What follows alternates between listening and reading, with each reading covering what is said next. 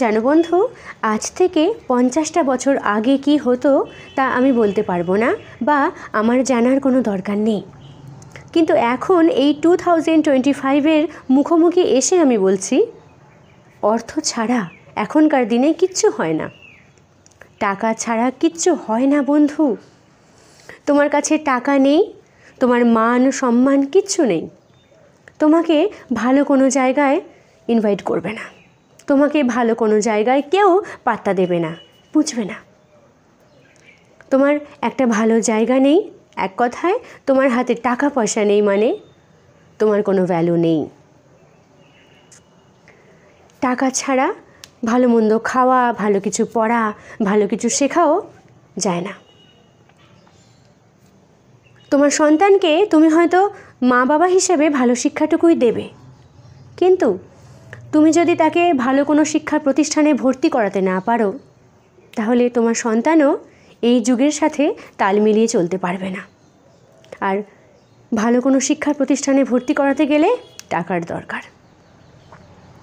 তুমি যদি ভালো কোনো শিক্ষার প্রতিষ্ঠানে বা ভালো কোনো জায়গায় তাকে ভর্তি করাতে না পারো, তোমার সন্তান হয়তো মুখ ফুটে কিছু বলতে পারবে না, কিন্তু মনে মনে কষ্ট পাবে যে আমার মা বাবা কেমন, আমাকে ভালো কিছু শেখাতেই পারে না, ভালো কোনো জায়গায় ভর্তি করাতেই পারে না।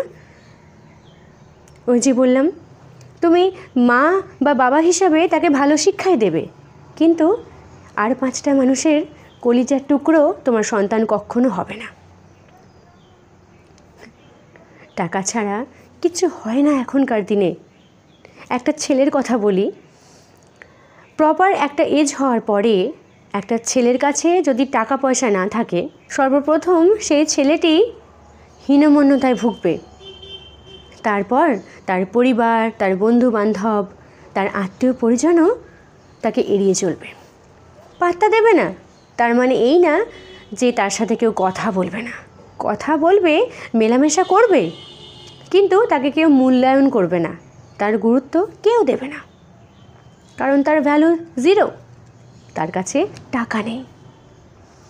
একটা মেয়ে আজকালকার দিনে একটা মেয়ের কাছেও টাকা না থাকলে তার কোনো মান নেই, তার কোনো ভ্যালু নেই। একটি মেয়ে কোনো একটি ভালো জায়গায় গেলে তার নিজের অনেক সাজগোজ প্রয়োজন হয়, আর 5টি মেয়ের সাথে তাল মিলিয়ে চলতে গেলে তাকে স্যালুনে যেতে হয়, হেয়ার স্পা করতে হয়, শাইনিং স্মুথনিং করতে হয়, চুলটাকে অনেক সুন্দর দেখানোর জন্য। একটা মেয়ে যদি মেকআপ টেকআপ করে সুন্দর করে নিজেকে কোনো একটা ভালো জায়গায় প্রেজেন্ট করে, তখন সবাই তাকে ম্যাডাম ম্যাডাম ম্যাডাম, আর না হলে তার কোনো ভ্যালু নেই। কে এটা? তাহলে বুঝলে তো আজকালকার দিনে আমি কিভাবে উদাহরণ দেব। প্রত্যেকটা পদে পদে, প্রত্যেকটা জিনিসেই টাকার দরকার পড়ে। শরীর খারাপ হয়েছে, ডাক্তার বলেছে ভালো কিছু খেতে হবে আপনাকে, ফল টল খান, একটা ফল কিনতে যাও, সেখানেও অনেক দাম। আর না খেতে পেলে তোমার চেহারা খারাপ হবে, তোমার শরীর খারাপ হবে, তোমাকে দেখতেও আর গ্ল্যামারাস লাগবে না। টাকার দরকার, যে কোনো কিছুতেই অর্থের প্রয়োজন। আমরা যতই এটাকে এড়িয়ে যাই না কেন, টাকা ছাড়া কিচ্ছু হয় না। তবে এত কিছু বলার পরেও একটা কথা বলি, যে আমাদের প্রত্যেকটি মানুষেরই উচিত কিন্তু টাকা উপার্জন করা, অর্থ উপার্জন করা, তবে সেটা যেন সৎ পথে হয়। খারাপ কাজ করে অর্থ উপার্জন কখনো করতে যেও না।